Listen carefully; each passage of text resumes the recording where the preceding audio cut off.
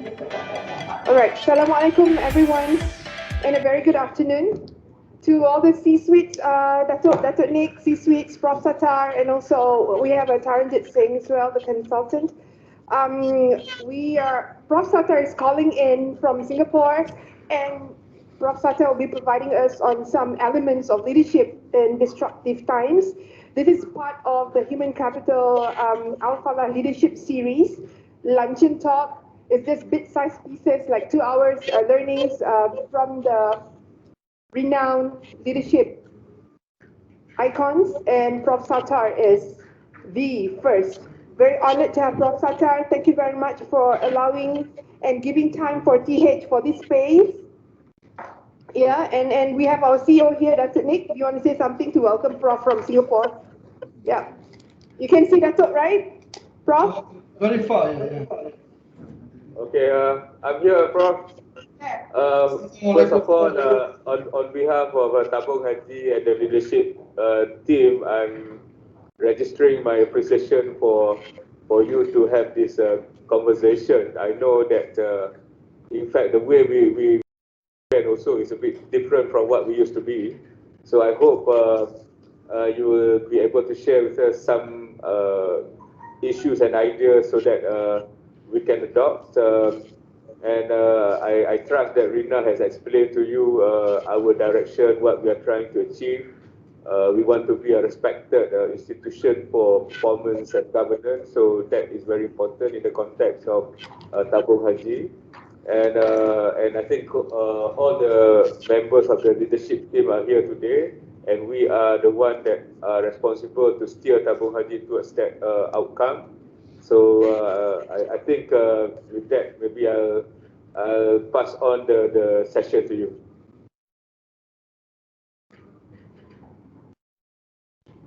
Okay. So I believe you can see the slide. Yeah, Rina? Okay. So first of all, Assalamualaikum warahmatullahi wabarakatuh, and to all of you. And first of all, thank you so much to Rina and of course to Tabung Haji for inviting me to be here to deliver these webinar or leadership luncheon series is known within Tabung Haji, and I'm honored to be the first in a series of invited speakers to speak during this forum and on a topic that is very contemporary to all of us, very real as we go through the pandemic over the last 10 months. And the title is Leadership During Times of Crisis and Disruption. Is based on the research that's published internationally of my book, The Leadership in Disruptive Time. And with me, I have Mr. Taranjit Singh, who is my organization, the Disruptive Leadership Institute, and also the Center for Executive Education, a strategic partner in Malaysia, our consulting partner.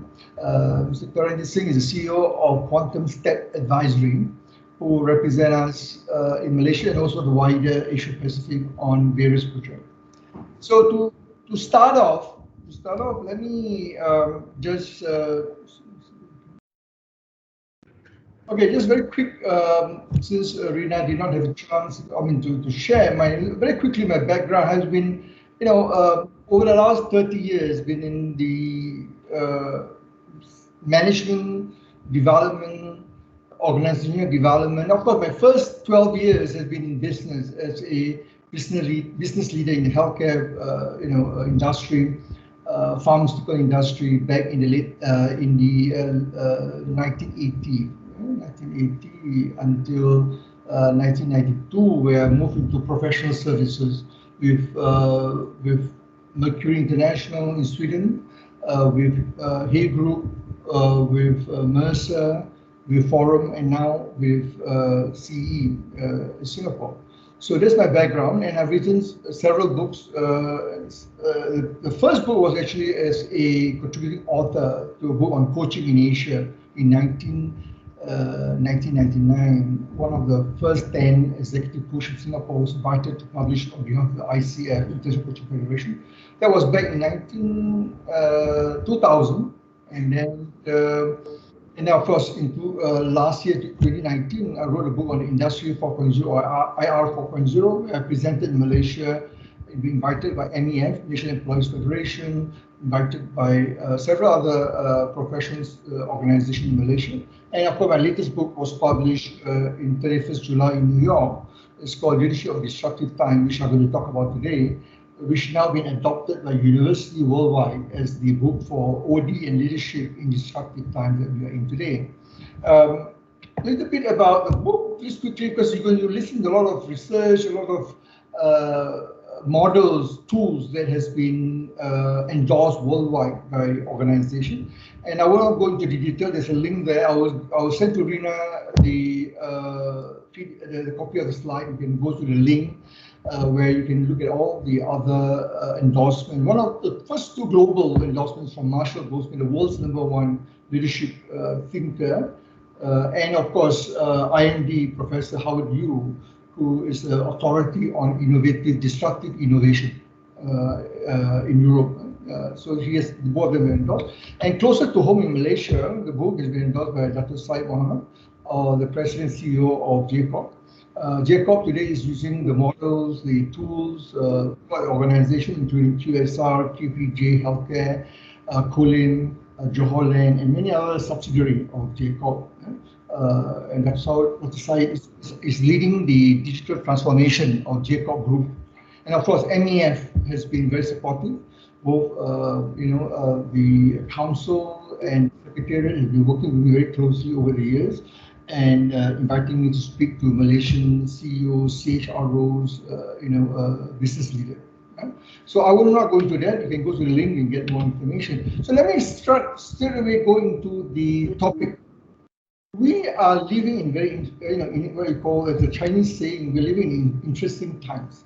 The crisis, the pandemic, has created both a crisis and, of course, depending how you look at it, there are opportunities, and I'll talk about some of the examples from my consulting experience in the US and also in Asia, Malaysia, Singapore, Indonesia, Thailand, Philippines, and so forth.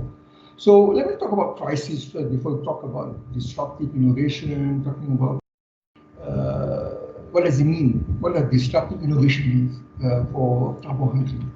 So let me just start by asking a question, what is the one word that you will associate with a crisis? So because I cannot see the chat box, I'm on a full screen mode. So what I suggest you just pick up on your,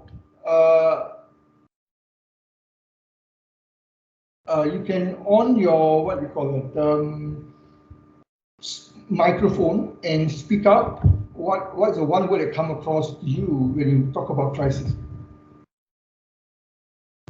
I believe now you can see me, right? Yeah. So can you hear from anyone? What's the one word? Come on.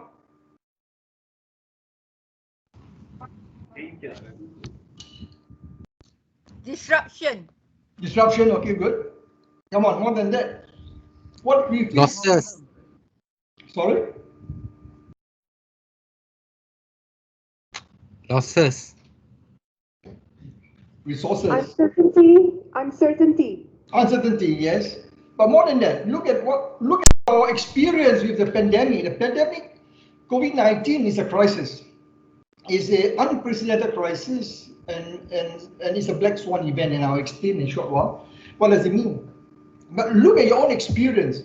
What's one word about crisis? And I've been doing this for the last 2 months worldwide, doing this series of webinars. Words like fear, unknown, Trouble. Desperate, trouble, yeah. And sense of loss. For this more than one word, but loss. And there are many words you can use to describe crisis, because it depends from your perspective, from your lens, how you look at this, and your disruptive mindset, and how your mental model, how are you used to see such events that we're experiencing now. The pandemic is one of its kind, and I'll talk more about it. In my book, chapter 2 and chapter 3, it started off actually when talking about a crisis. The book was been written since last year, after July 1999, when the first book was launched, The Leading in Industry 4.0. the publisher in New York asked me to write about the disruption, which is due to what we call the digital transformation. So what does it mean? What does disruption, the future of work, how does it impact the future workplace? And what does it mean for organization in terms of designing new policies, new strategies? So that was actually July to January. So on the 23rd of January this year, when Wuhan locked down in China because of the pandemic, the publisher contacted me and said, look, hey, perhaps you want to look at, write a couple of chapters about the COVID-19 and how does it impact organizations and how does the digital transformation will play out in a new normal post-COVID. And will it be still a priority? Will it still be an initiative that organizations should focus on? So interestingly, it was a crisis, and I explain in detail, from a VUCA perspective, what it is, and I will talk a little bit more about that in a short while. So, but interestingly, when as I do research and look at the Chinese, and talking to some of my Chinese clients in China, and the way they see the pandemic, of course, many of them, when the lockdown, the Chinese government, the central government in Beijing announced the lockdown, it was unprecedented because during SARS, they did not, at least it's not publicly known exactly what they did during SARS, but the measures taken by the government during SARS is far much different than today, what we see in the COVID-19 pandemic. Because here is very drastic, closing down 60 million people in Wuhan was the whole province. It was really unprecedented. And what happened, of course, the rest we know. In terms of the impact of the virus, how it has been spread all over the world. But the way the Chinese, the way they look at it, and this is exactly what it means. They look at, yes, it's a crisis, it's a danger, we need to really address it, but it's also an opportunity. If you do it well, we're able to address it. How can we now relook and in terms of how we reorganize our business, look at our supply chain and so forth. So they look at things very differently, and this is how we should look at it. But at the same time, I must caution: you must have a sense of optimism. At the same time, you must have what I call grounded to reality. So there's a balance, fine balance between what we call the sense of optimism and reality. So when you look at crisis, so in the book I explain. So in crisis, the way I define it is a major catastrophic event or series of events, escalating event that will threaten an organization or business strategic objective, reputation, or viability to succeed, or viability to continue operating. And what we see, a lot of business are suffering. Airlines, even Malaysian Airlines, MAS today, over the last few weeks, you've heard the news, and a lot of businesses in Singapore over the weekend, the oldest retail outlet, 160 years, the Robinsons Group is announced closure of the whole of Singapore. So it's a real crisis, and we know it for the last 6 to 12 years. You've seen the impact, the devastating impact, the disruptive impact on operation. So there are two types of crises we need to be mindful. One is a crisis that is routine, is new, is on it, but a routine is something you can expect like every 10 years. Every 10 years we expect a fiscal crisis, we expect the economic crisis, which is expected. The cycle is up and down. It is very typical macroeconomics theory will tell you. But what is interesting, we are now facing what we call the unanticipated and novel, the new crisis, which typically can be what is called the black swan event. And black swan event, what are the black swan event? Is an unpredictable event that is beyond what we normally expected, that has severe consequences. And that's what I have discovered when doing research globally on the COVID-19 pandemic on chapter 2 and 3 of the book. It clearly laid out the challenge based on WHO, ILO, WTO, IMF, and many other organizations where they see the impact on economies worldwide, on jobs, on societies, and on the financial institution and other institutions in each country. So it really is a black swan event. Another black swan event, probably in 2016, there are two black swan events. One is closer to today when we talk the US election, Donald Trump.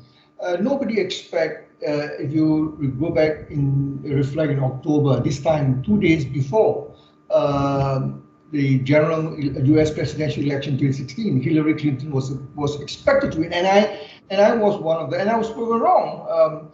That I was, with the American, being the former chairman of the American Chamber in Singapore, of the Human Capital Committee, and together with the ambassadors and many other American community in 2016, we were all, 90% of us, even the Republican, acknowledged that Hillary is going to win. But we all know what happened. Although Hillary win the popular vote, she lost the electoral vote, and Trump was elected. And today, similar things, play out again. So are we going to have another black swan event? So, but even if Trump is re-elected, it's no longer, because we know it's expected. We went through it. It was unprecedented in 2016, but in 2020 we're no longer surprised. We know if Trump is going to win, and we have seen both sides of argument. Yeah. So the 2016 presidential election in US was a black swan. The other thing in earlier that year, 2016, in June, July, in the UK, the Brexit event was another black swan event, which never been expected. European monetary systems be threatened, looking at how the UK play out the change of government, two prime ministers now, after David Cameron, who called for the referendum. And that is truly a black swan event. Nobody would have thought that the UK is going to pull out of the EU. And that is something that we need to be prepared. Will there be more? There will be more. And maybe closer to home is the collapse of the Barisan Nasional in the 2018 general election in Malaysia.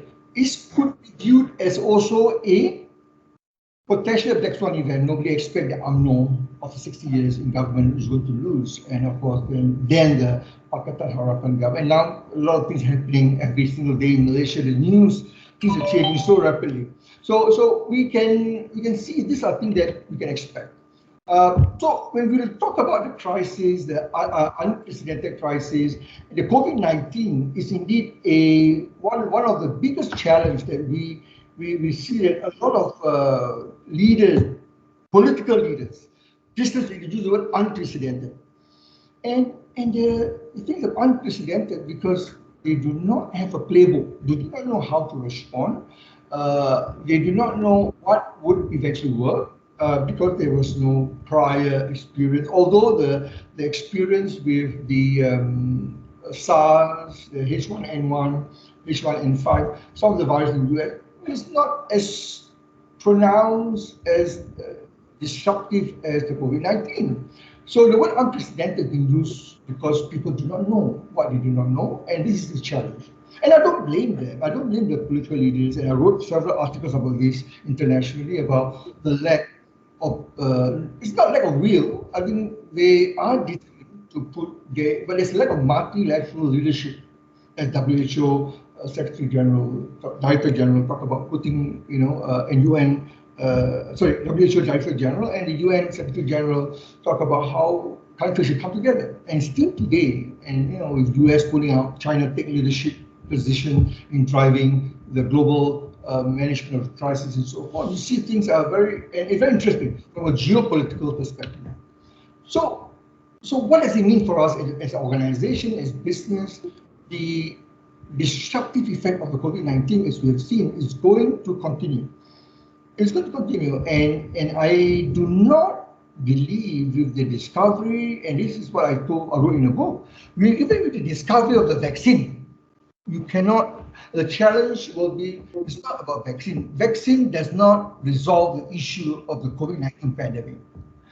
It's the vaccination process, is the implementation and rolling out of the vaccination process. Who get what, which country get first. And it's a huge issue. Today, you look at the commitment to the vaccine, allocation of vaccine, world vaccine production. about more than 55% at one stage, 55% of the world vaccine production has been secured by the 80% of the major economic power. So what does it mean? What is going to happen? Talking about ethics, global, ethical practices within the pandemic. So there's a lot of business issues and a lot of things are still unknown. So my point is, be prepared to ride out this pandemic crisis, the impact until end of next year. Yeah, probably the middle of next year, you see things are improving. Get down, being cascaded down to the ground, to the first responder, and to those who need it most, and then to the public. It will take some time. Yeah? So this is the challenge that we're going to. So be prepared. The disruption to business is going to continue until at least first half of next year.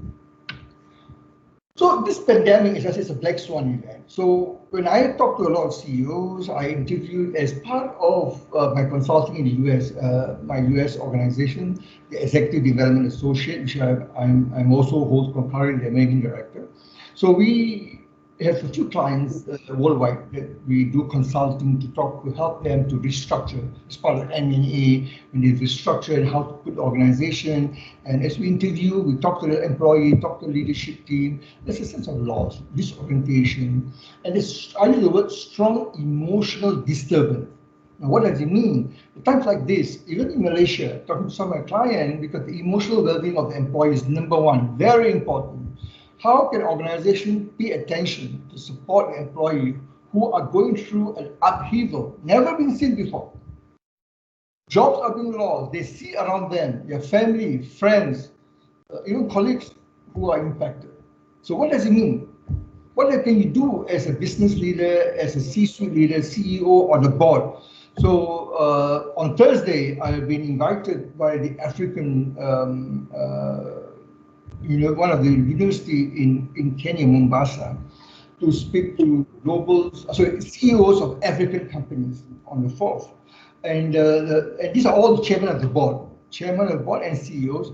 And their main concern is exactly this. They are not as, the impact to the business may not be as great because I would say they're still feeling the impact. But what is disturbing is the emotional state of one of the things that I hear in Africa. I mean, I'm sure in many parts, even in our Asia, but people are fearful of the unknown. What does it mean? And that create a lot of stakeholders, not only employee, investors, shareholders, and so forth. So the question is, how do CEOs, C-suite leaders like all of you here in this forum, how do you respond? So the challenge is this. The biggest challenge is the number one challenge that I would advise you to think seriously is that this is one of the unanticipated crises, as I mentioned, as opposed to what we call the usual routine crisis like the financial crisis. The financial crisis, on average, is about 10 to 12 years. You can see a downside, because of, as I said, the macroeconomy. But this is something and be prepared. There will be more to come, more pandemic. There are much more. There was a program on Channel News Station last night talking about the discovery of more dangerous virus that is being now investigated. So my point is, this is going to get tougher, going to get much more difficult. So it's going to overwhelm. So one of the things as a C-suite leader, all of you need to re-examine your contingency mitigation technique, including your BCP, business continuity planning, disaster recovery, as part of your risk management program. So you need to relook, and reassess whether are these still relevant. How do you put in place a BCP in the age of disruption? That is the word, business continuity planning in the age of disruption. What are the key success factors? How does Marriott does it? How do Procter & Gamble put in place their disaster recovery in times of, or if you look at Microsoft, very successful. Microsoft during the pandemic because Satya Nadella anticipated. Of course, Bill Gates being on the board and Bill Gates being the founder. And Bill Gates already talked about this disaster pandemic coming in as early as 2015. from Africa after the Ebola crisis, the US experienced the Ebola crisis during President Obama's time. And Bill Gates anticipated and he published it. In my book, I talk about that and why people do not hear from Bill Gates, do not listen. And Bill Gates also warned in July that there will be another bigger pandemic coming and we have to be prepared. When looking at all this crisis, so my team in the US, myself, we look at the financial crisis. Actually, it started off in the Asian financial crisis. Most of you know, it started in Thailand, Malaysia back in 98, 97, 98. Then we look at my consultants out there, the coaches, consultants in the US and Asia. We have been involved, of course, I've been involved personally, not in the Asian crisis, but the global financial crisis in 2008, 2009, where a lot of financial services firm banks are impacted. And of course, I was involved in the dot-com crisis in 2000, the SARS in 2003, and so forth. So what we look at is successful leader. Those who have been very successful in many crises. There's six behaviors that we can see very clearly. Number one, during time of crisis, they are able to articulate and communicate clearly. People need to be heard. People want to hear you. Leadership needs to be upfront. You need to walk the talk, be purposeful, listen more. And this is missing, very sadly, very much missing. A great example, and I think Rina or no, I'm not sure, I have given you the link to my series of video for this webinar, and look for the video by Marriott CEO and how he is able to communicate, even going through cancer treatment at the time when the crisis was hit, and how he go in front of the camera talking to thousands of his staff to reassure them of what's to come, why they have to take measures to close some of the properties. And again, this is very good example. Look at how communication crisis. Of course, resilience, we shall talk more about that later. Intelligence using big data and using AI or machine learning or deep learning, or artificial general learning. I mean, AI to the extreme where we're talking about using in autonomous cars and so on. So you need to be able to use those resources, technology to help you to make those decisions. Especially in times of disruption, it's very important. And of course, you need to shift your mental model, adopt a growth mindset, ability to see, as I said, have a sense of optimism, learning agility, learn, unlearn, relearn, and of course, be inspiring, build trust, because people are fear about what is the outcome of the unknown outcome. So all of you as leaders, business leaders, including the CEO, again the chairman of the board, have to be seen to be there to be a pillar of support to the employee, to the stakeholders, and they need to see that clearly demonstrated. And lastly, set the recovery path. Where we were, yes, we have been through tough times. We have gone through so many difficult, challenges over the last 10 months. So where are we going now? Where are we heading? Where do we want to go? So people have sense of hope. There's an alignment between what you want to do and what they feel they should do. So there must be a continuous effort of communication. So let me just pause here. I just want to make sure, because this is very important. There are three other models I will be talking. So the other two more models, but let me just pause here. Any question from anyone? Because this is one of the first model I'm going to share with you, the framework. Can you all still see me? I cannot see anyone because I'm just on a full screen mode. Dato? Well, one of my observations during the pandemic is people purposely want to demonstrate that they have done enough or adequately dealing with the issue, which sometimes may not necessarily be the right thing to do. We have similar observation when you look at how leaders around the world reacting to this pandemic.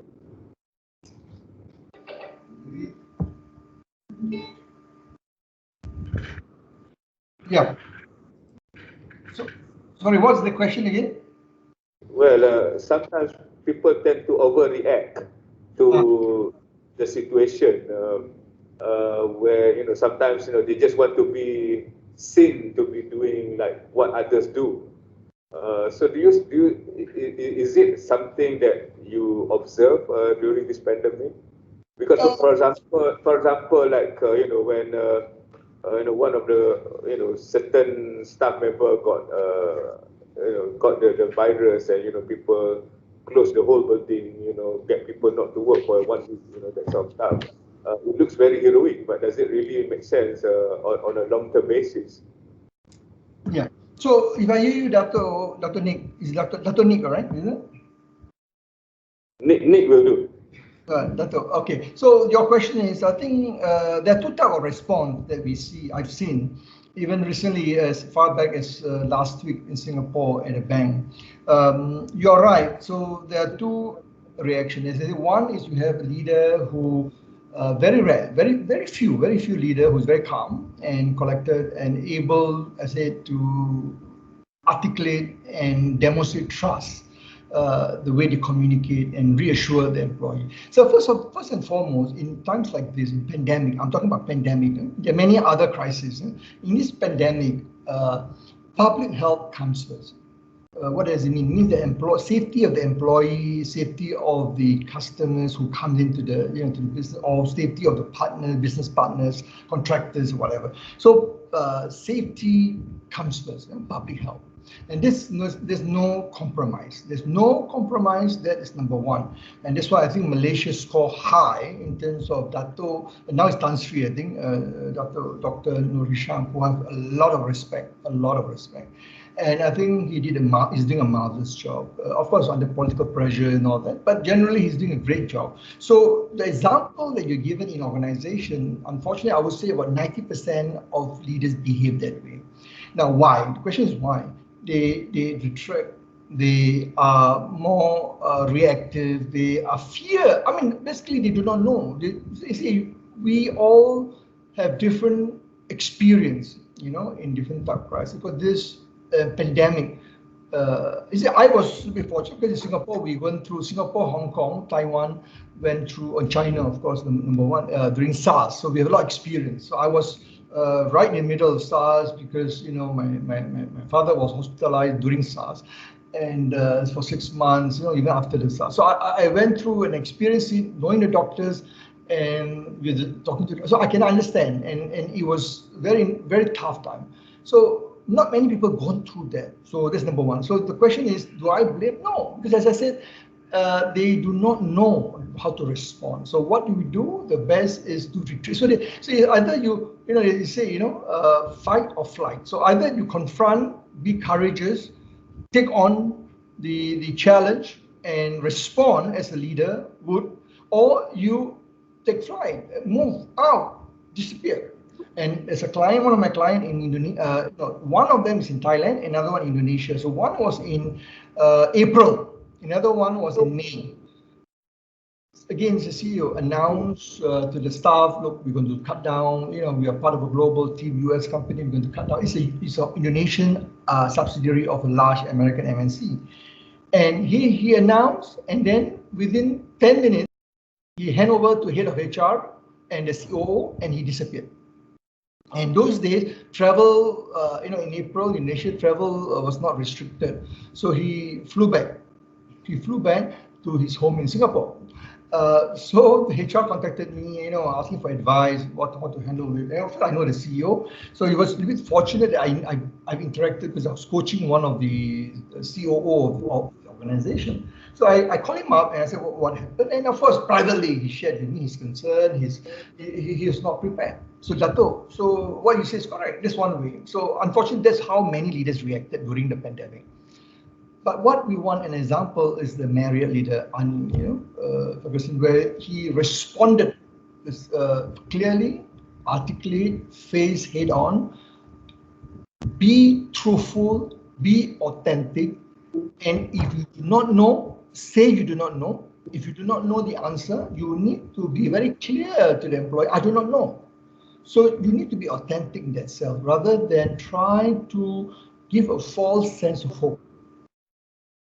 So I do see, as I said, about 10% of those authentic, very, the courageous leader. Then you have about 90%, most of them at different level are more, wait and see how, and rather, don't ship the boat, wait for the board or wait for the CEO to announce. And then you have a CEO who doesn't know what to do. And they said, this is the problem. And then at the end of the day, it's about be truthful, and employees will understand. Employees will forgive you, will understand. They will be with you. You can rally you if you come out authentically. Dato', do I answer your question? Yeah. Okay. So is there any other comment, any question? So among the crises, the CRISIS, which one do you think is the most important? Let me just ask this question. Actually, that's not in the quiz. I got 4 more quiz questions, but let me just ask you, which one is more important, do you think? I can tell you one of them is very, very, very extremely important. S, adopt or shift mental model. Adopt growth mindset. Who is that? Oh, Fawaz. Sorry?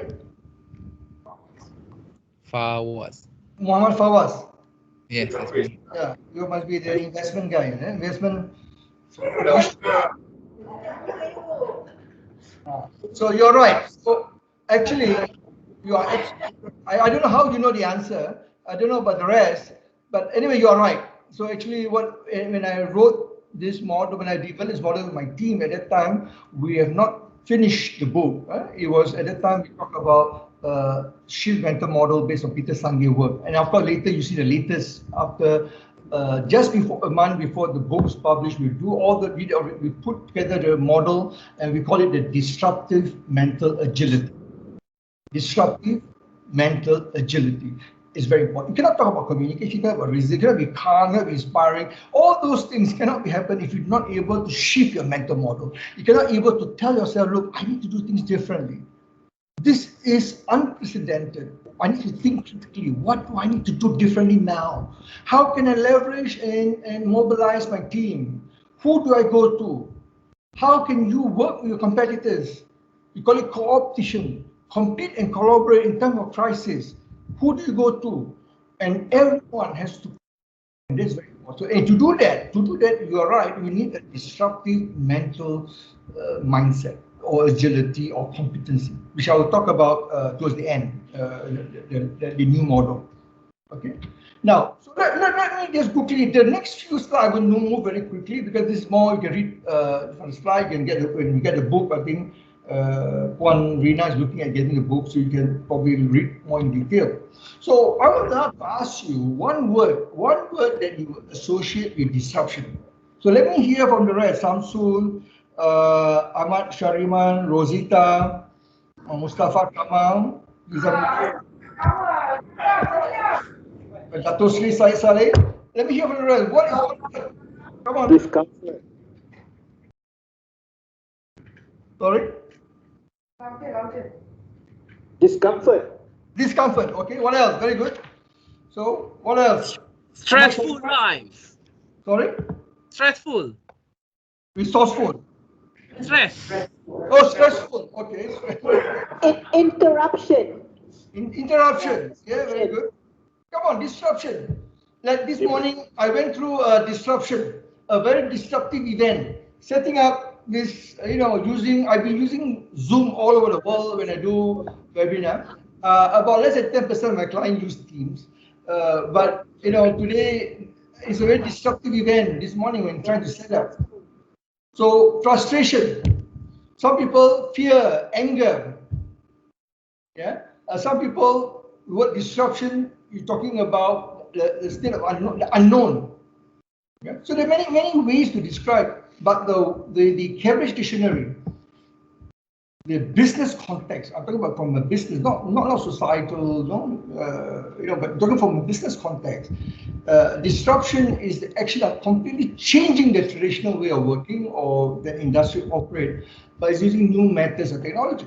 So that's very simple, look at Cambridge Dictionary. So in my book, I explain what disruption is because that's the key theme of the book. I said disruption in its various forms, there are many forms, can happen at any time. In any market segment or any industry, no one is immune.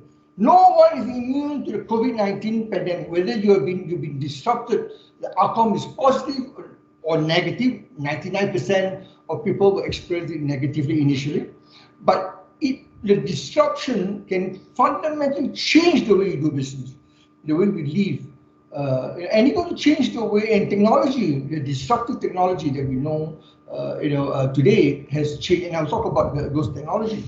So if you look at Clayton Christensen, the professor from Harvard, who wrote a book called Innovator's Dilemma, and Clayton described it as a process by which a product or service take root initially in a very simple application. They follow the incumbent, they went to the market. As an incumbent player, the market leader move up into different segment and try to go to more lucrative market, more profitable market.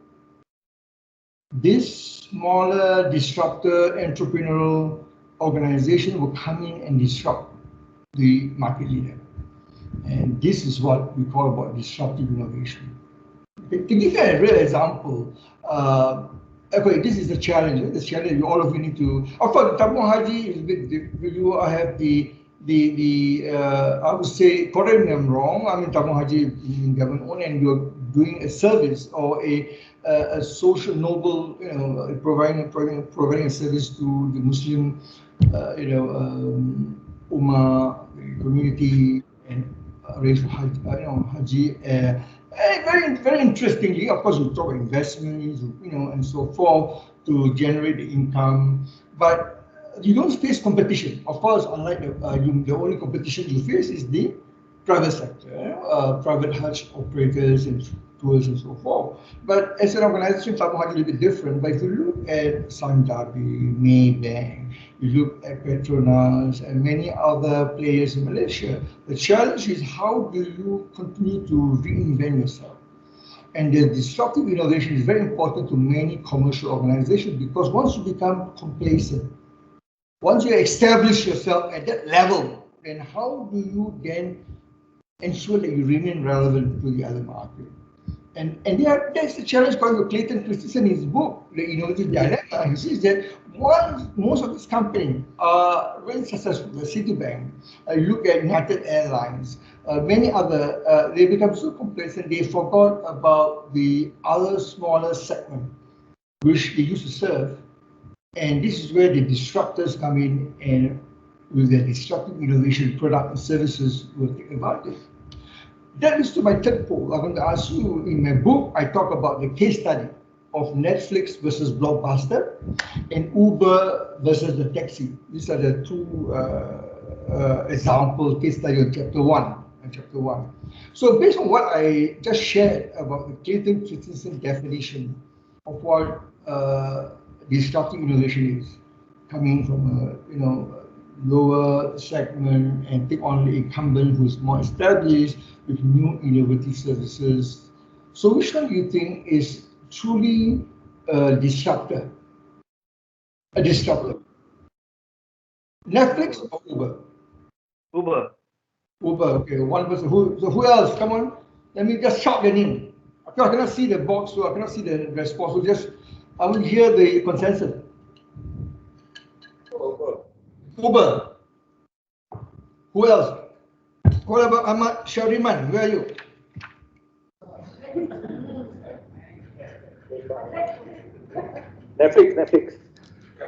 Netflix. Samsul Kamal? Airbnb. Sorry? Netflix. Dato' Marina? Uber. Okay. All of the above. All the above? Where got such thing all the above? The answer is which one? Only one. What about Zul Effendi? Are you there, Zul? Zul? Yes, I'm here. Yeah, so which one is it? Uber. Yeah. So the answer is it's not Uber. 90% of my participants would be like most of you here, would think Uber is the disruptive innovator. It's not. Why? Let me explain very simply. Netflix is disruptive. So when you probably know Netflix today, the Netflix of today is not what Netflix was 20 years ago, 25 years ago. Netflix used to be what we call a mail-in subscription and postal. You go in and you get your video by mail, and they were fixing head on the established player. Market leader was Blockbuster. At one point, Blockbuster or Netflix offered Blockbuster to acquire them at 50 million US, and that was a big mistake that Blockbuster did not accept that. And of course, today Blockbuster is gone, doesn't exist anymore. But what Netflix did was they go into the smaller segment that Blockbuster, which was focusing on higher market, more margin. They do not serve those customers who want variety, who want on-demand, low price. So what Netflix did was at that time appeal to this, not only the smaller, initially a smaller market who wants this on-demand video streaming, and then of course then you go after the larger customers of Blockbuster by offering much more wider, using AI, using artificial intelligence, the algorithm to make it so customized. They know what you want. When you're on Netflix, they'll tell you, because you watch a movie, let's say you watch Friends, maybe you want to watch, another series, whatever. So, you watch Pretty Woman, maybe you want to watch another movie similar, Julia Roberts. So they give you that, they understand. So this is very true. Netflix is truly a disruptor. While Uber is an innovator. So what Uber did is they offer a more convenient way to book taxi. That's it. Because people get frustrated at the calling and getting public taxi. It was so frustrating sometimes, and they're not responding very well. So what Uber did was they used the same market. After the same market, they provide a platform using technology to your smartphone, because by then, about 10 years ago, smartphone became so common, and Uber did that very well. But it is not a disruptive innovator as what Clayton Christensen defined, because they do not go after the same market segment and offer something better, cheaper. Interestingly, they disrupt the taxis. They did disrupt the industry, but as a player, they did not. They are not a disruptive innovator in terms of service. Of course, today, Uber in the US, not many parts of the country, in Asia, in Malaysia, Singapore, Grab is more established. Of course, Grab disrupted Uber in Asia, in China. In China is Didi, the Uber lost to another Chinese player, and in Singapore, Malaysia, Vietnam, Thailand, Grab has been more. In Indonesia is Gojek, and then Gojek has now moved out of Indonesia to Singapore, Malaysia, and many other countries.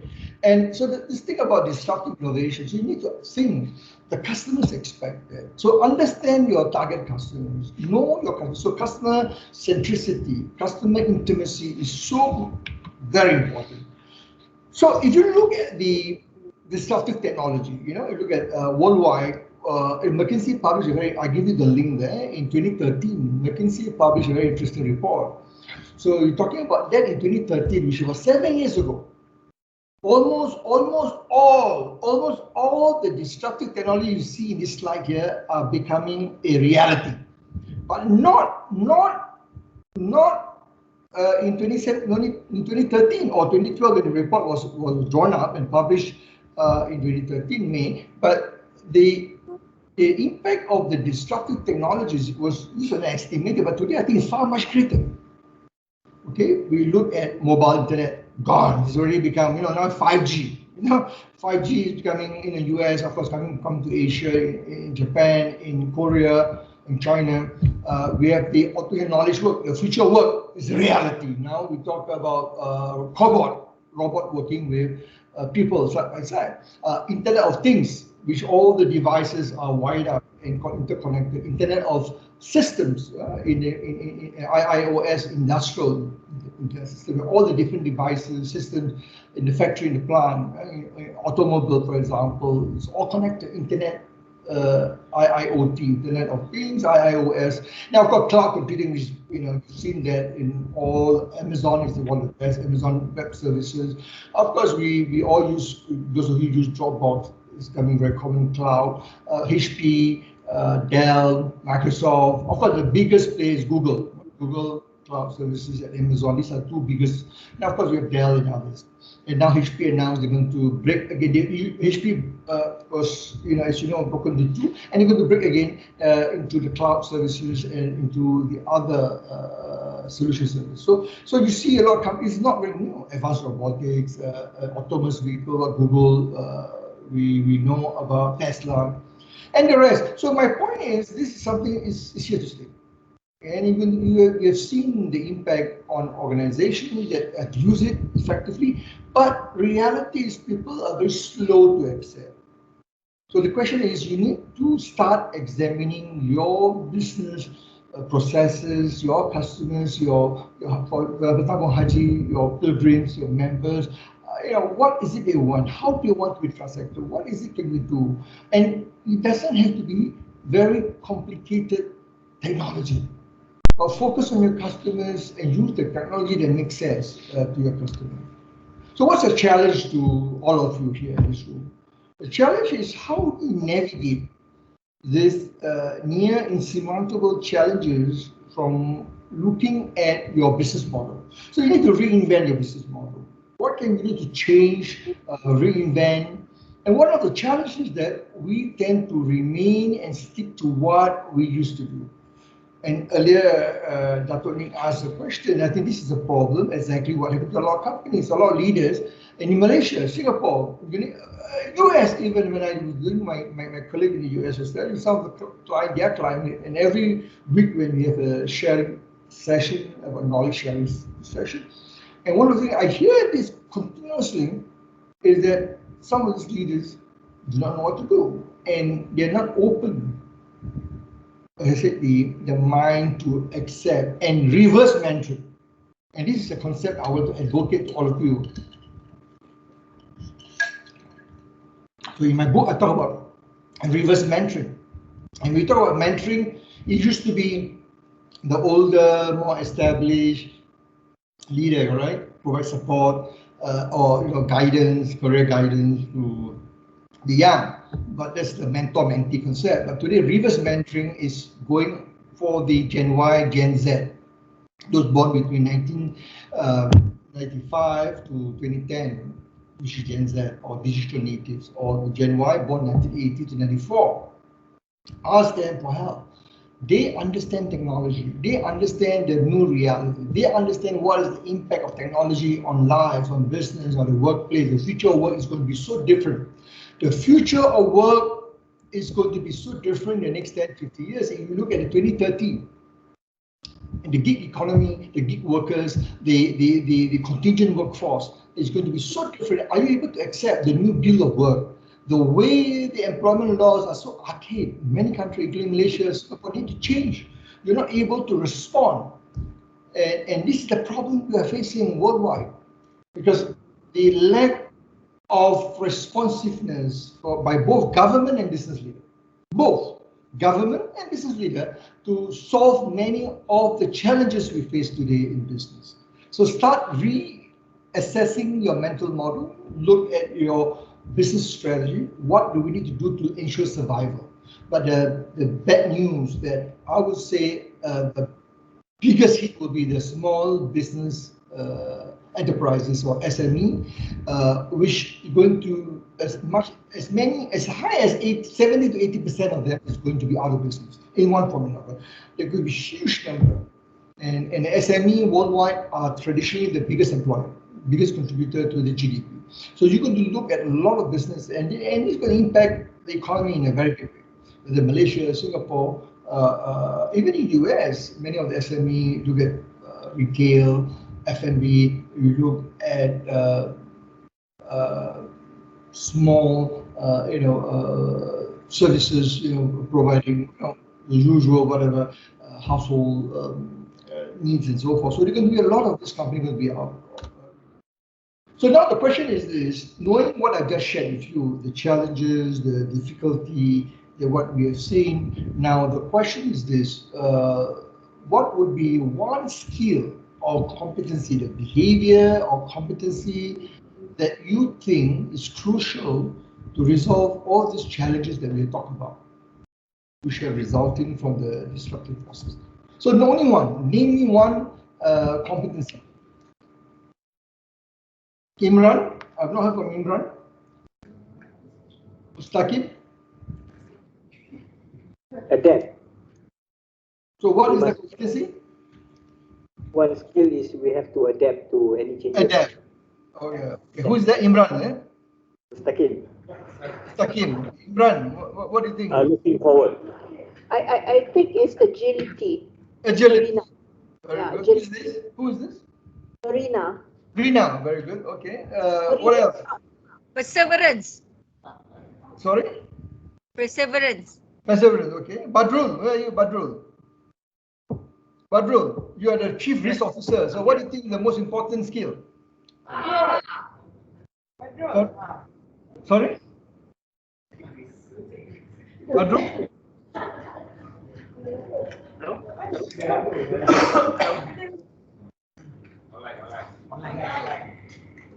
Noris Malili? The knowledge.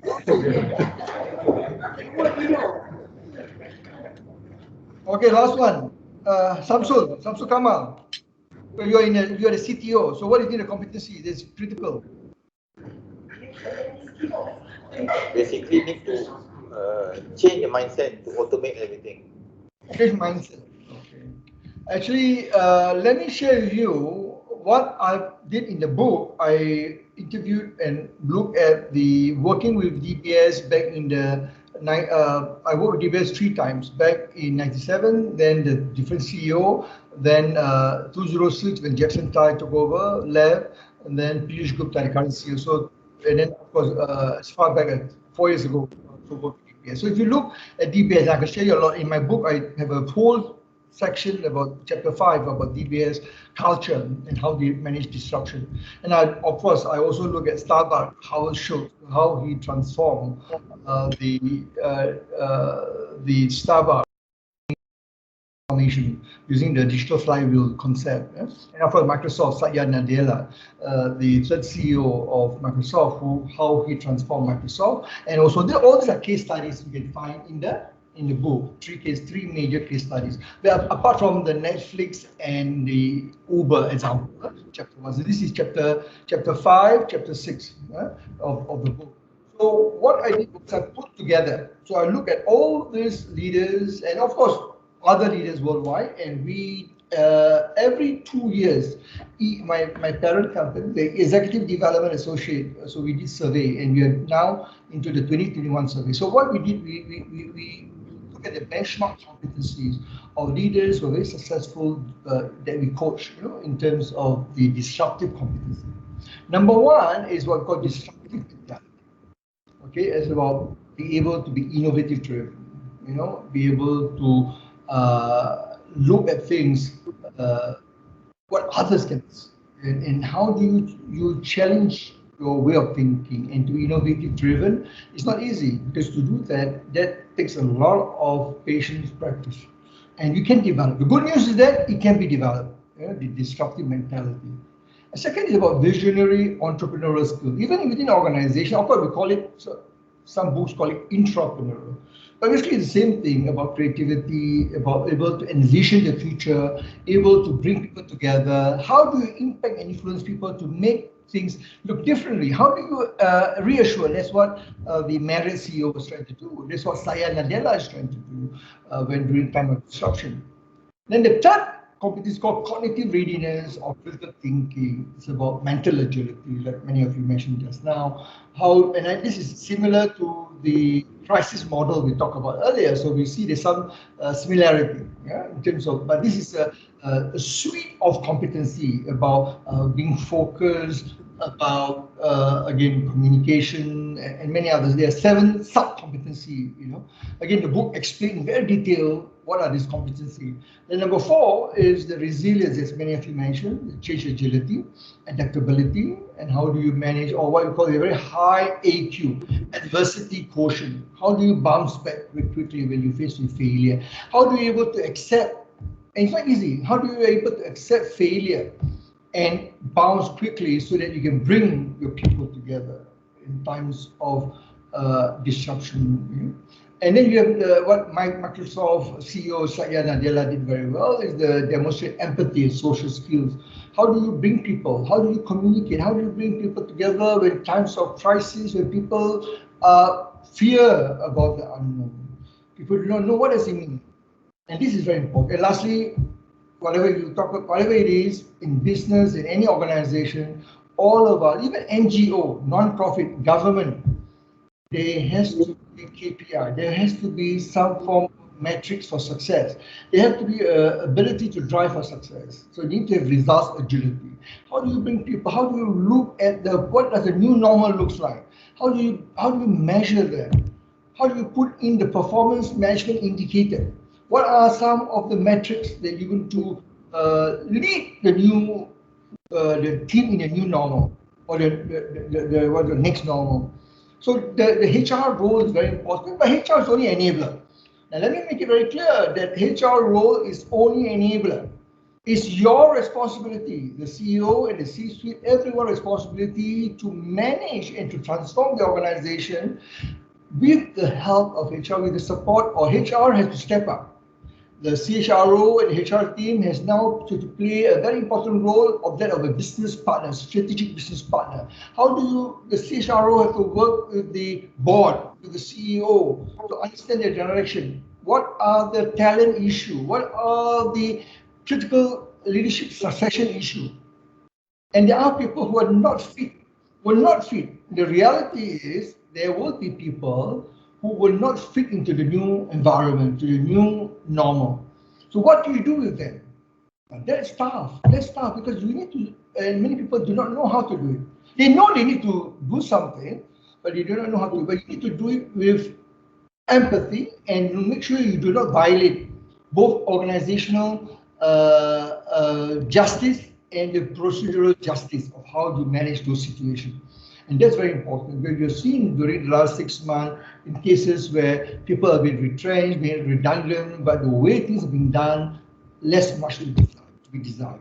So if you look at those whole things, so these 6 are the latest competency. Taranji and I just finished working with an organization where we in Malaysia, where we help them to craft the new competency model. And this is the latest, this is benchmark again, best practice organization, best in class organization worldwide. Okay. Any question before I move on and conclude? You can ask more questions, but I would rather, since you're on this slide, I would rather you ask questions. So it's easier if you have any question. No? So this is more for HR. So Rina, you need to look at this more in detail. Of course, in the book, I explain more in detail each of this competency. Now, I won't go into this, but this is a subset of the number 3. Okay, in number 3, the cognitive readiness. So what happened was in 2019, I mentioned to you my first book, I was looking in depth about what is cognitive readiness in the IR 4.0. So there's some relevance. So I'm just showing you so what I did was I include this also in the 2020 book. So show you some relevance or the continuity of some of the competency. Okay, of the emotional, social intelligence, mental model. So number 1, metacognition, attention control, being present when you are in crisis, or strategic thinking skills, sense making, intuition using gut feeling, which is not in crisis, but this is very important. In gut feeling, you need to based on your experience, what you have done before. Sometimes data cannot give you everything, so you need to use your experience and problem solving using analytical, critical thinking skills. And some of us are very good at this, some are not. Some of us are very good in able to look at things beyond what others see. So something is a gift, and it's a competency that can be developed. So it's not that you cannot, but it takes some time. It can be developed using certain tools. like RAD tools, critical thinking tools that we design into programs for clients. Adaptability, again, is similar to what we talked about earlier, agility, and of course, lastly, communication, similar to what we talked about earlier. So there's some similarity. Okay, so you see the models, it is consistent over time. And this model, Paragon 7, was developed by EDA since 2016 report, a global executive development report. You can go in, there's all the links and resources all in the book. You can look at it. So let me just, so it's 110. So let me just pause here. Hear you, any questions, your perspective, discussion point, challenge me, and let's have some interactive dialogue.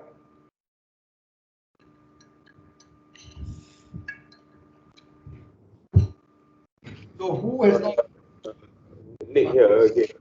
If you look at COVID-19, I think you mentioned earlier about this pandemic may last until end of next year, when not only the when we are able to vaccinate most of our population, but my observation during the whole episode since it started here late last year and when it became more serious, things tends to evolve. It's not that the pandemic came in one single form and it remains like that. I think our understanding of the pandemic, our observation on how people react to the pandemic, not just in our own country but all over the world, I think that helps us to understand more about this and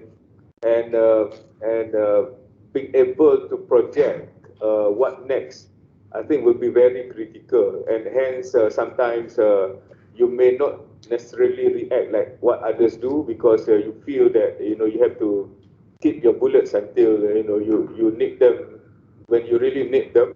So is that a kind of not that innovative but more pragmatic approach in dealing with this uncertainty? So is that Dato' Nick? Yes, sir.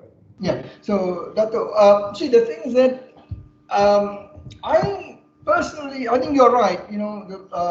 Things could evolve. So, honestly, the results of the U.S. presidential election has much impact on who's the next president, and what does it mean for the global business and the support for WHO. The collaboration with Chinese, instead of Trump, for example, keep on calling China is a China virus, it's China epidemic, and the trade war with China, with the business with Huawei, TikTok, with many other potential business realignment, the geopolitical realignment in Europe with the NATO in East Asia. So what is happening is that depending on who's the next president. Of course, if it's Biden, things would be better for the business because he has committed to re-admit into WHO, committed to be re-engaged to Asia. I'm not sure whether the TPP will be resurrected. I'm not sure, but he is committed to Asia. He's committed to be tough with China, and China need to be contained to a certain extent, but he's able to have a dialogue, more productive dialogue, not antagonistic. He's willing to work with the people in Europe. So what does it mean?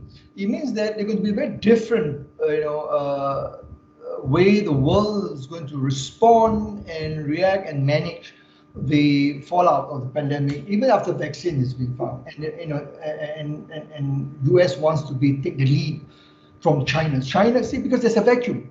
When what has happened in the geopolitical, even in Southeast Asia, when Trump leaves the TPP, the minute his first executive order he signed was to revoke President Obama's decision to join the TPP, and that created a lot of problems, and Chinese was happy. The Chinese were very happy because that gives them an opportunity to take leadership and control, and you know the rest. So what does it mean? Again, Dato',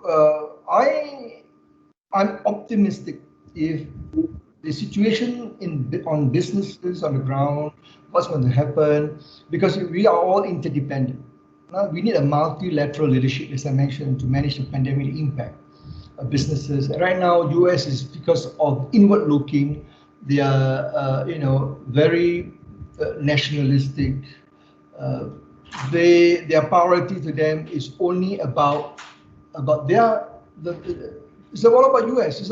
Trump only concerned about himself and about the American. So what will happen next year? I believe the first 6 months, depending who's the president. I think, as I said, the vaccine is not. There are two vaccine in 2 to 3 modern GSK, Sanofi. So, but 2 to 3. China is 2 in China, 1 in Russia, which is again not tested, and of course a few in Europe ongoing. What has happened is the vaccine will be tested depending on FDA and the other tests. So by end of November, end of this month, or early next month, Dr. Fauci has openly says that there's expected at least 1 or 2 would be given preliminary approval. Yeah? But they don't wait for that. They already start manufacturing. For the last 2 months, most of the vaccine China manufacturers already start manufacturing. Okay, so the question is to get it out now. It's not going to solve the issue. Airline, the industry, travel industry, tourism, all these things are not going to be, the economic impact is not going to be reversed. No. Business is going to be impacted. Harsh travel. I don't think the Saudi, of course, alhamdulillah, we can see things are opening up better in both, in Makkah and, in Medina, things are much better. Masjid Haram, Masjid Nabawi, you see people coming in. But Umrah is now slowly being introduced. But the Hajj, I'm not sure the next year Hajj would be, maybe on a smaller scale. I don't know. My point is this, so we need to be prepared for the unknown, that's all. So for Tabung Haji, realistically, the contingency measures, the scenario A, B, C, what are the actions that you need to put in place, you and your leadership team? And of course, there's a lot of political decision by the Saudi government, your government leaders, how they negotiate, how they dialogue, and all these things are still unknown. We do not know. Would there be a change of government in Malaysia in the next 90 days? If there is, then what's going to happen? Policies, direction. So these are the things that, in my view, a lot of unknown. But I'm optimistic. As I said, even if Trump won't re-elected, there will be slow progression to the new normal, because the priority for him is still the American. So what does it mean for Malaysia, Singapore, and Asia? What is going to be? There'll be more contentious with the Chinese. The South China Sea, there will be potentially a war. And I'm not ruling out there'll be a war. If Trump may, if he wins the election, he can be more dominant than what you see today. He wants that. If the last 4 years is an indication of what we went through of Trump's administration, just imagine the next 4 years under Trump, it's going to be so upheaval. And we talk, the word VUCA has a new meaning. Volatility, uncertainty, complexity, ambiguity. It's going to be a whole new meaning. And I'm going to write a book. One of the things I'm thinking about, the publishers asked me, so if there's a new Trump is re-elected, what does it mean? From the geopolitical business perspective. It's very interesting to really, I've been following very closely. Yeah. So we don't know, Dato. We don't know. I'm not really optimistic if Trump is re-elected. So a lot of decisions in Asia depend on China, respond to the US, depend who's the new president. Yeah. Okay. Any other question? I've not heard from Dato Sri Syed Saleh. Is it? So Dato Sri. Yeah, I was mentioning about Hajj, opening of Hajj, and about, maybe you can share everything. What are the contingency plan? If you start thinking about that, what does it mean? Because being the ED for Hajj, I'm sure that's something on your mind every day. Sleepless night. Hello. Yeah. It's very frustrating actually, because there's a lot of things that is very uncertain, and there is a deadline for Hajj. There is a deadline every year. Come 9th of Zulhijjah, that would be the day that everyone will be at the Arafah. So we are working within a certain time frame. That's why when we look at how we are facing this disruptive era, our energy, where should we spend our energy? We can continue to have all these various permutations of scenarios. But then again, to what extent are we going to spend our time and effort on that? And at the same time, we cannot move because I'm talking about harsh operation per se, whereby we just have to wait and see. Because it's a decision of two governments. Like, for instance, in Umrah, the Saudi has allowed certain numbers of people to go for Umrah, but our government has yet to decide.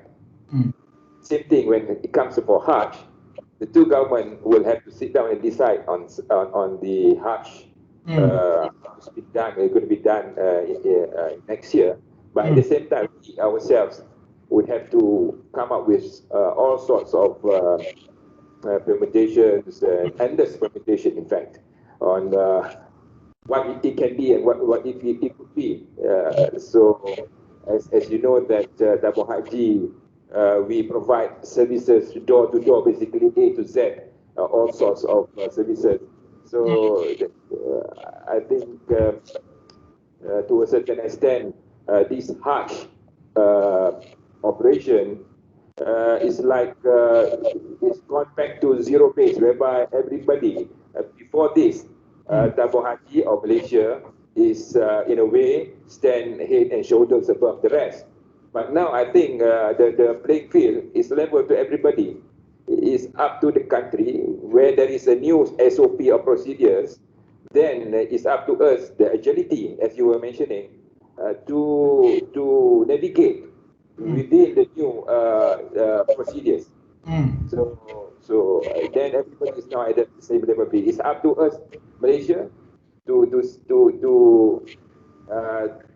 be proactive enough to what you call that, adjust ourselves according to the new norms. Yeah. I think it's a question or just a comment. Yeah, thank you, Dr. Sri. I think this is a challenge for Tabung Haji. I am following very closely the political development, of course, in Malaysia, because my client, quite a number have been involved in the Malaysian, business since 1985.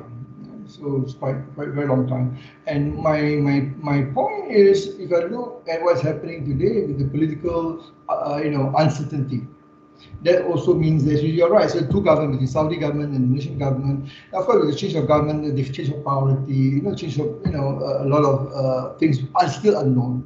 So it will be very tough for Tabung Haji. And of course, we doa yang terbaik. We ask for the best. Inshallah, things will turn out. But we all know the famous hadith about Rasulullah saying that you can doa, but you have to start also planning. Correct? We have to plan. So we have to start planning, Dr. Ni, yourself, and the rest of the leadership team. Yeah, we have to dua for the best outcome for Allah SWT to grant our, success, of our dua. Inshallah, dikabulkan. But what are our plans? What's option A? What's option B? Option C? What are the contingency plan? And how do we communicate to our? Do you call it members? People who are investing in Tabung Haji, are they called members, or how do you call them? Not clients, members. Depositors. Depositors. So yeah, depositors. But how do we communicate? How do we reassure them? And a lot of things need to be done. We do not know what we do not know, but we need to make sure there is a continuous dialogue, information, and this is why communication is very important. Yeah, to our depositors. Okay, any other question? Anyone else? No? Dato' Marina, I didn't hear you mention just now earlier? Or Mirzala? Okay. I personally, Prof, I'm more worried. How do I face when the vaccine is ready, and are we ready of what exactly it will change us another new form or new norm? I that part I In what way? personally. Sorry, who is this? Yeah. Who is this? Marina, right? Mozilla, yeah. Mazila. So in what way? Yeah, though we have plan A, plan B, plan C, a lot of uncertainties. If you ask me just now, what is my thinking about all this? Yeah. See, the vaccine is, as I said, is a cure or is to prevent and community. What we are concerned is the community spreading. So we need to offer lives. Those who are the most vulnerable, the elderly, those who have underlying disease. Those are that is the purpose. The vaccine is to be ensure to be made available to prevent further death. Yeah. Now, what does it mean for Tabung Haji? Because people who's going to Hajj must have that. I think Saudi government going to make it, will have definitely one of the regulation. The question you should ask is, by the time the vaccine is available, will the virus mutate? Yeah. That would make the vaccine redundant. Now, this is what scientists are worrying. Because we already seen the evolution of the vaccine, evolution of the COVID-19, nCoV-19 or novel coronavirus 19, the scientific name, is evolving. Research in China, in Singapore, in France, in Germany, US, different centers of excellence in researching, they have found that it does evolve. Yeah, but the question is, it's not that many of the newer cases are still the old, original virus. So that's a good news. Well, good news in the sense that it is not pronounced, it's not widely impacted the global scene yet. But this is the challenge. When the vaccine is there, you start the vaccination process, people get vaccinated, then you have new virus being, mutate, and because this is transmitted through contact, animals to human, human to human, and then there could be human to animal. In some of this country, as you know, because of hygiene and all that, and human to animals, the interaction that could lead to further, new virus that could be evolved. We don't know. Yeah. Okay. I think whatever you say, yes, I agree with all those things. But at the end of the day, I'm still looking at all the. For Tabung Haji, yes, there's a lot of things that we have to do because of the depositors and things like that. But on a community thinking and things like that, it's still like most of them, whoever I know, my friends, start doing their own garden. Even, in my neighborhood, they even plant paddy. I'm in Shah Alam, in very near here. Paddy in the area. So everybody is like thinking beyond that. It's like going back to basics, looking for all those where we can find food and stuff. So that kind of thing worrying, not only because most of us are going to go to another level of age. The children will be without food or whoever they're thinking now. So I think on the organizational and it is a bigger agenda because of the economy and things like that. But on another level whereby the communities, you see, there are still talks like even with the vaccine, things will not get better, things like that. So I think, yeah, like you say, it's true. So let The me, uncertainties. mindful of time, so let me now just conclude. Can you see the slide or not? Yeah. Can you see the slide? So we didn't see the slide, yeah. Okay, you can see the slide. Okay. No, we can't. Oh, you can see the slide. can't see the slide. Okay, give me a minute. Let me see. I don't know what happens. Okay. Okay.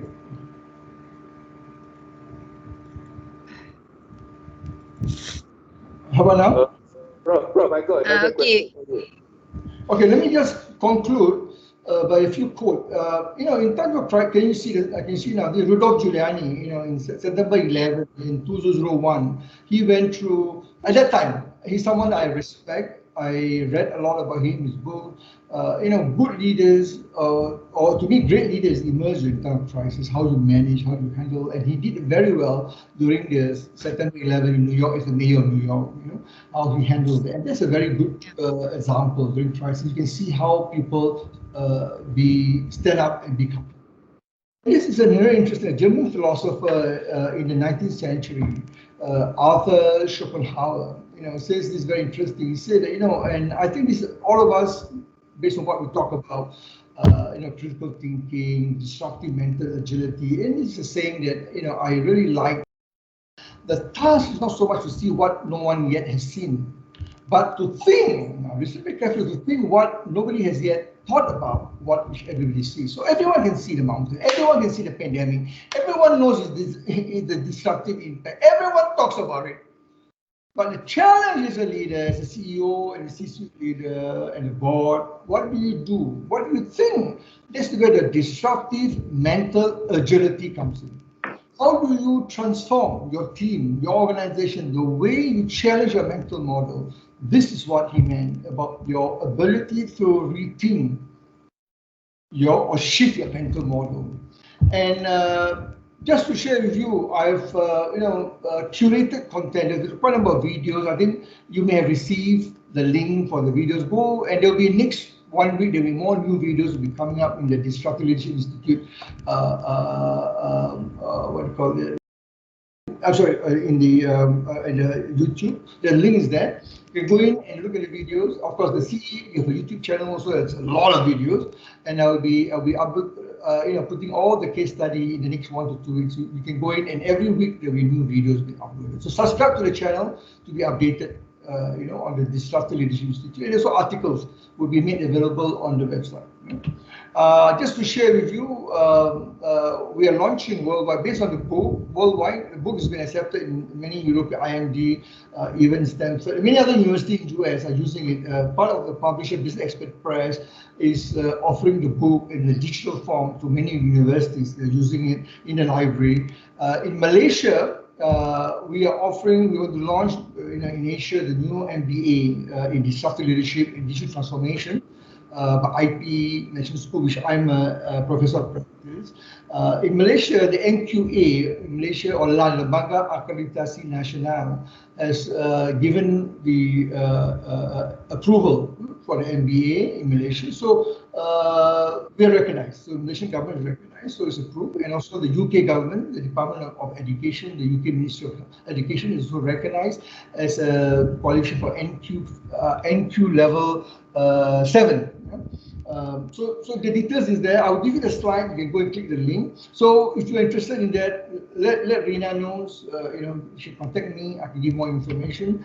And you got all my contact on my LinkedIn, my personal LinkedIn, my DLI, Disruptive LinkedIn, Facebook, and every week there'll be 2 posting about latest development in the US. Over the weekend there'll be at least one article about Harvard Business Review, or from INI magazine, or from one of the other business journal, or Sloan MIT. So we have many of these latest on research information on disruptive leadership that we would make available to all of you. So with that, so what I like to do, I would like to so I think you can see me now. Yeah, you see me back? Or Rina, can you see me? Yes, we can. Okay, so let me just conclude. So I think that's the end of the presentation. Unless there's a question, I'd like to thank all of you. Dr. Nick, Rina, and the rest of the leadership team for inviting us. So Taranjit, you have to say a few words, Taranjit. Taranjit is my very close partner and associate, and very strong. He's been established, in Malaysia. Let me just give you a quick introduction yourself, Taranjit. And Sure. Thank you, Prof. So it's indeed it's a pleasure being here. Thank you, Rina, for inviting me. I see some familiar faces around. Dato Marina, there we go, from the old days. There we go, from the old days in Malaysian Airlines. Look forward to catching up with you in due course. But what Professor Sattar has mentioned is absolutely spot on. There are tremendous requirements now to reframe and realign the way we are thinking. And I think many times now we have come to the state where the old ways of thinking no longer applies. We have just completed, as Prof had mentioned, we've just completed a piece with one of the banks here in KL. And it's also very emphatic that it's come across from the chairman down that we need to reframe and revamp our thought process. Digitization is the way to go forward. Work from home is the way to go forward. And to be fair, we've now got the whole area about ecosystem management, which we never had before. And that entire ecosystem management was an area that we talked about collaboration, and we put it under collaboration. But this is a lot more than just pure collaboration. To be fair, we had the issue of things like business acumen. To be very honest, for you to come to the level that we're in right now around the table, business acumen is no longer a play. That is a given. So I'm not even going to go out there and start rating and assessing people around business acumen, because for you to come to this stage in your career, you need to have that as a default. So I'm now thinking about other things. What are some of the other things that we can now start to apply? One of the participants, Maizala, mentioned very nicely about the uncertainty and where does this now leave us? But that's what this is all about: the ability to adapt and realign ourselves and pivot in a very quick and sustainable fashion. Sustainability today is the name of the game, and cost containment is the way forward, to be very honest. And if we don't talk about this area of sustainability, and I find this, and I've been playing in this space for about 25 years, working very closely with the PNB people, with Tan Sri Azman in the old days, when I was doing Malaysian Airlines restructuring. One of the things that came across very emphatically was the almost not approach to competencies. We did not see the value or the relevance of what people used to provide, because we thought, look, the grass is green and the sun is going to shine until the end of the day. All of a sudden, that is not the case. The grass is drying up and the sun is not shining the way it is supposed to. What are the implications on us now as organizations? More so as organizations who are stewards of the nation, like Tabung Haji and some of the other areas. So those are my 2 cents worth, Professor. Back to you, sir. Thank you so much. Thank you. Taranjit is, I think his credentials speak for himself. I'm very, very honored and very delighted, Disruptive Leadership Institute, to work with him. And Alhamdulillah, to find partner over the last, as I said, since 1985, being in Malaysia. We have a few partners over the years, and I'm happy that we share the same vision, in terms of values and how we can help clients in Malaysia, especially the GLCs. I think more than anything else, the GLCs needs a lot of help. It is my experience working with MRT Corp, working with Prasarana, Samdabi, now Johor Corp, very, very large. These names are mentioned because they have given the permission. So I'm giving you, and you saw Dr. Syed and me work very closely in the digital transformation of Johor Corp. It's tough. I can tell you it's not easy. But what works is you, all of you here in this room, Dato Nick, all of you, with the chairman, with the CHRO, with all of you together. Rina has to, will be a partner, and you got the Dato Nick. Is Dato still here? Dato Nick. Alhamdulillah, you got the right person to spearhead your human capital. I've known Rina from So Alhamdulillah, I was very delighted when I heard that she has joined Tabung Haji, inshallah. But again, Rina is only one person. Her team need all of you, your support. And we are here at ELI, QSA, Quantum Step Advisory, we're here to support.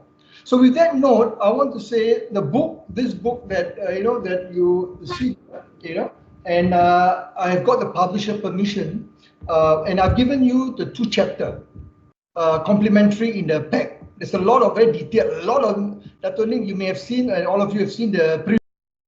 I don't expect you to read all, but there are 2 chapter complimentary. But the rest of the chapter, the most important, chapter 5, chapter 7, chapter 10, all in this book. Rina, I've given Tabung Haji a very special, arrangement, and Rina will be able to, advise you later.